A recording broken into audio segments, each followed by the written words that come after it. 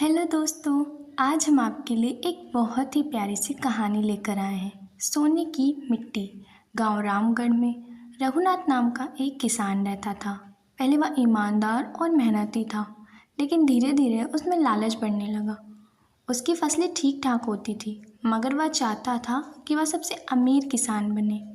एक दिन गांव में एक तांत्रिक आया, जिसने कहा एक रहस्यमय घाटी है जहाँ की मिट्टी को अगर खेत में मिलाया जाए तो खेत में सोना उगता है।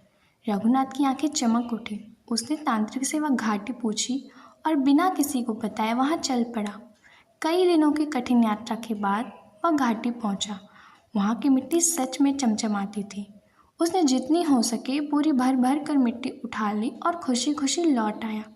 गांव पहुंचकर उसने वह मिट्टी अपने पूरे खेत में बिखेर दी और सोचने लगा, अब तो मैं सबसे अमीर बन जाऊंगा। उसने बीज नहीं बोए, सिंचाई नहीं की, सिर्फ उस जादुई मिट्टी के भरोसे बैठा रहा।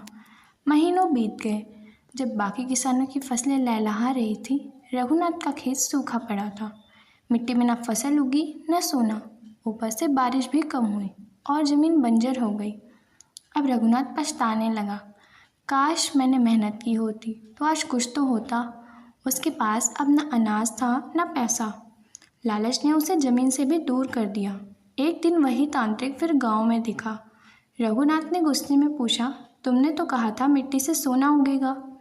तांत्रिक हंसकर बोला, वो मिट्टी मेहनत की थी। अगर तुम मेहनत करते तो वही तुम्हारे लिए सोना बन जाती। इस कहानी से हमें यही शिक्षा मिलती है, सच्चा सोना मेहनत और ईमानदारी से मिलता है। लालच हमेशा विनाश की ओर ले जाता है। अगर आपको वीडियो पसंद आया हो तो प्लीज़ इसे लाइक करें और हमारे चैनल को सब्सक्राइब करें।